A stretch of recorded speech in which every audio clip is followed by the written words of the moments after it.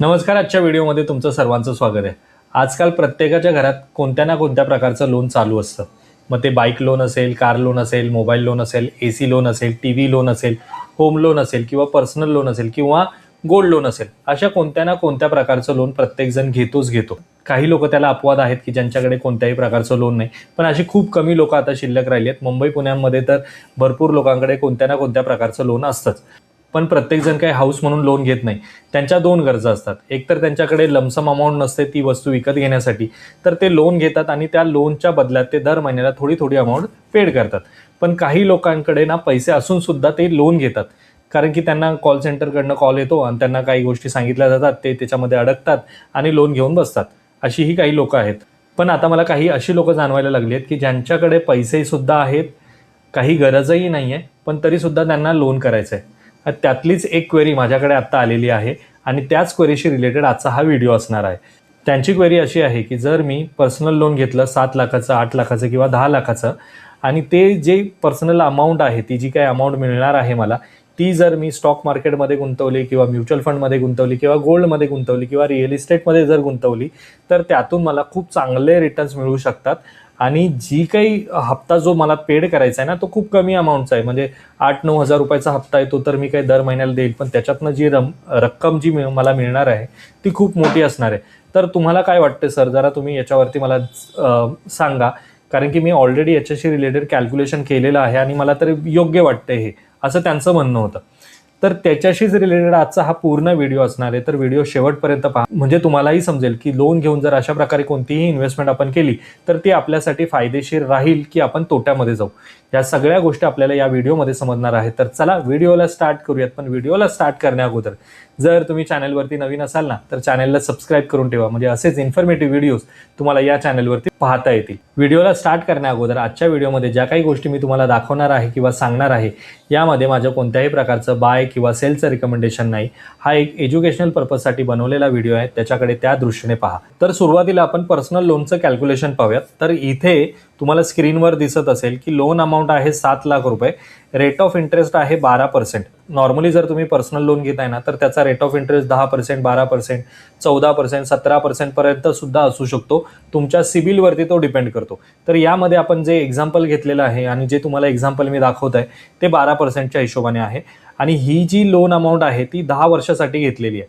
यामध्ये EMI येणार आहे 9,251 रुपयाचा. म्हणजे 7 लाख रुपयासाठी 9,251 रुपये EMI येणार, ज्यामध्ये 7 लाखाची प्रिन्सिपल अमाऊंट आहे आणि त्याच्यावरती 10 वर्षामध्ये टोटल इंटरेस्ट पेड करणार आहात 4,10,066 रुपये. म्हणजे ओव्हरऑल हे सगळं लोन जेव्हा नील होईल तोपर्यंत तुम्ही कंपनीला किंवा त्या बँकेला टोटल 11,10,066 रुपये पेड करणार. आता तुम्हाला असं वाटत असेल की 7 लाखाच्या लोनवरती 4 लाख रुपये आपण इंटरेस्ट भरतोय, म्हणजे ती खूप मोठी अमाऊंट आपण पेड करतोय. पण आता तुम्हाला समजेल की हे जे काही पैसे आहेत ते जर त्यांच्या थेअरीनुसार त्यांनी ते इन्व्हेस्ट केले तर त्याचं व्हॅल्युएशन किती होणार आहे ते पाहूयात. आता त्यांच्या थेअरीनुसार हे जे काही लमसम अमाऊंट त्यांना मिळाली आहे पर्सनल लोनमधून, ती जर त्यांनी वेगवेगळ्या इन्स्ट्रुमेंट्समध्ये जर इन्व्हेस्ट केली तर त्यातून त्यांना जवळपास 10%च्या आसपास तर रिटर्न्स मिळू शकतील.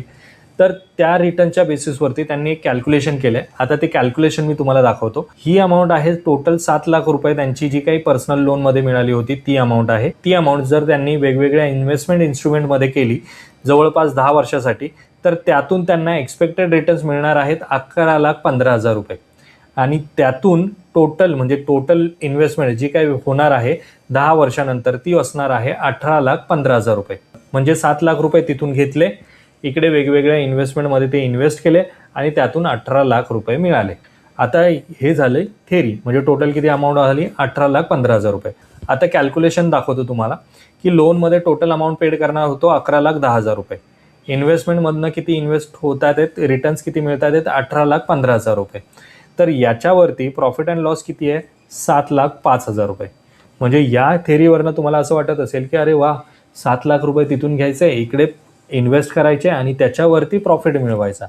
म्हणजे किती चांगलं आहे ना. म्हणजे लोकांचेच पैसे ते घ्यायचे, इकडे इन्व्हेस्ट करायचे, त्याच्यातनं रिटर्न्स मिळवायचे आणि त्यांचे पैसे परत त्यांना देऊन टाकायचे, उरलेला प्रॉफिट आपल्याला घ्यायचा. असं सोपं वाटतंय ना, पण हे असं एवढं सोपं नाही आहे जेवढं आपल्याला विचार करतोय तेवढा. कारण आता हे झालं आहे जर तरची गोष्ट की आपल्याला एवढे पैसे मिळतील वगैरे वगैरे. पण इन केस हे जे काही लोन्स तुम्ही घेतलेलं आहे पर्सनल लोन आहे, ज्याच्यामध्ये तुमचा एक जरी EMI बाउन्स झाला ना तर तो तुमच्या सिबिलला हिट करतो. तुमच्या घरी लोक पैसे घेण्यासाठी येतात. आता तुम्ही म्हणाल की कशाला हिट होईल, आम्ही तर पैसे वेळच्या वेळेवरती भरू शकतो, देऊ शकतो. पण 10 वर्षाचा काळ आहे. या 10 वर्षामध्ये बऱ्याच गोष्टी होऊ शकतात. उद्या जर तुमची जॉब आहे आणि तो जॉब नाही राहिला, उद्या तुमच्या जी आत्ताची मेडिकल कंडिशन आहे, तुम्ही फिट अँड फाईन आहात, उद्या काही आजार झाला आणि त्या आजारामुळे तुम्हाला ते पैसे भरता नाही आले, किंवा उद्या तुम्हालाच काहीतरी झालं, तर ती जी काही पर्सनल लोनची अमाऊंट आहे ना ती तर तुम्हाला भरावीच लागणार आहे. आणि ती जी काही इन्व्हेस्ट तुम्ही केलेली आहेत ना ती 10 वर्षानंतर तुम्ही इन्व्हेस्टमेंट विथड्रॉ करण्याचा विचार करताय. त्यामुळे याच्यामध्ये बराच काळ आहे. 10 वर्ष म्हणजे खूप मोठा काळ आहे, ज्याच्यामध्ये बऱ्याच काही गोष्टी घडू शकतात. आता हे पैसे तुम्ही काय केलात की 7 लाख रुपये तिथून घेतलेत, 7 लाख रुपये तुम्ही इथे इन्व्हेस्ट केलेत. म्हणजे पूर्ण जी अमाऊंट घेतली होती ती पूर्ण अमाऊंट इन्व्हेस्ट केली. आणि त्याच्या बदल्यात जी काही महिन्याला हप्ता तुम्हाला लागणार होता ना तो हप्ता तर तुम्ही स्वतः भरताय ना. म्हणजे इथे मी तुम्हाला दाखवलेला जो सुरुवातीच्या पेजवरती जो तुम्हाला हप्ता दाखवला होता 9,251 रुपये, ते तर दर महिने तुम्ही भरताय ना. म्हणजे याचा अर्थ काय की तुमच्याकडे कॅपॅसिटी आहे ते पैसे भरण्याची, दर महिन्याला तेवढे अमाऊंट सेव्ह करण्याची तुमच्याकडे कॅपॅसिटी आहे. मे बी तुम्हाला 40,000 30,000 रुपये पगार असेल आणि त्याच्यातले 10,000 रुपये तुम्ही वाचवून दर महिन्याला तो EMI भरताय. म्हणजे एवढा पैसा तुमच्याकडे असून सुद्धा तुम्ही हा विचार करताय की मी लोन घेईल, ते पैसे इथे इन्व्हेस्ट करेल आणि नंतर त्याच्यावरचा गेन मला मिळेल, ज्याचे पैसे आहेत त्याला परत करून टाकेल. हे तितकं सोपं नाही आहे. आणि जर मग तुमच्याकडे पैसे आहेत ना मग ते पैसे तुम्ही वेगवेगळ्या इन्स्ट्रुमेंट्समध्ये इन्व्हेस्ट का नाही करत. म्हणजे 9,251 रुपये तुम्ही जर तेवढ्याच अमाऊंटची जर एखादी SIP सुरू केलीत ना, तेवढ्याच अमाऊंटच्या, मी जास्त अमाऊंट पण सांगत नाही, तेवढ्याच अमाऊंटची जर तुम्ही SIP सुरू केली 9,251 रुपयाची, तर 10 वर्षामध्ये तुमच्याकडे जवळपास 11,10,000 रुपये जमा होतात.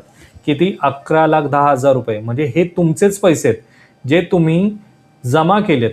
म्हणजे याच्यावरती कोणत्याही प्रकारचे रिटर्न्स कॅल्क्युलेट केलेले नाहीत. हे तेवढीच अमाऊंट आहे जेवढी अमाऊंट तुम्ही इथे 7 लाखाचं लोन घेत होतात आणि त्याच्या बदल्यात तुम्ही 11,10,000 रुपये देत होतात. तेवढीच अमाऊंट तुम्ही इथे दर महिन्याला 9,251 रुपये जमा करून तेवढीच अमाऊंट जमा करू शकता. हे कशामुळे शक्य आहे तर रेग्युलर इन्व्हेस्टेड राहिल्यामुळे. म्हणजे जर तुमची कॅपॅसिटी असताना तुम्ही कशाला ह्या लोनच्या आणि इतर फंदांमध्ये पडता आणि त्याच्यामधनं घेऊन नंतर इकडचे तिकडे, ह्या काही गोष्टी शक्य नाहीत. हे पिक्चरमध्ये आणि मूवीमध्येच पाहायला किंवा वेबसिरीजमध्येच पाहायला सोपं वाटतं.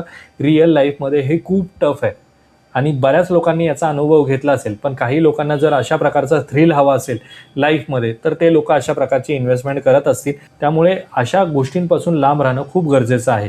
कारण की आपल्याकडे आपली फॅमिली, उद्या जर आपल्याला काही झालं तर आपली फॅमिली याच्यामध्ये खूप काही सफर करते. त्यामुळे या गोष्टींपासून लांब राहण्याचा प्रयत्न करा. जी काही 11,10,000 रुपयाची व्हॅल्यू आहे ना ही फक्त तुमची सेव्हिंग आहे. याच्यामध्ये तुम्ही तुमच्या हिशोबाने रिटर्न्स कॅल्क्युलेट करून पहा ना 10 वर्षामध्ये किती रिटर्न्स बनतील. त्यामुळे अशा प्रकारच्या कोणत्याही लोनच्या जाळ्यामध्ये अडकू नका, कोणतेही आमिषाला बळी पडू नका. कोणी तुम्हाला तुमचा मित्र सांगत असेल की अरे अशा प्रकारे करूयात, तर अशी करणारे कितीतरी लोक कितीतरी कर्जामध्ये अडकलेली आहेत. म्हणजे काही लोकांचं असं आहे ना की एक लोन घेतलं, आपण थोडक्यात उदाहरण घेऊयात ना, आपण एखाद्या मित्राकडनं जर उधारीवरती 1,000 रुपये घेतले आणि ते माझ्याकडे आता देण्यासाठी त्याला पैसे नाही आहेत, तर आपण काय करतो, तर आपण दुसऱ्या मित्राकडनं 1,000 रुपये घेतो आणि त्याला देतो.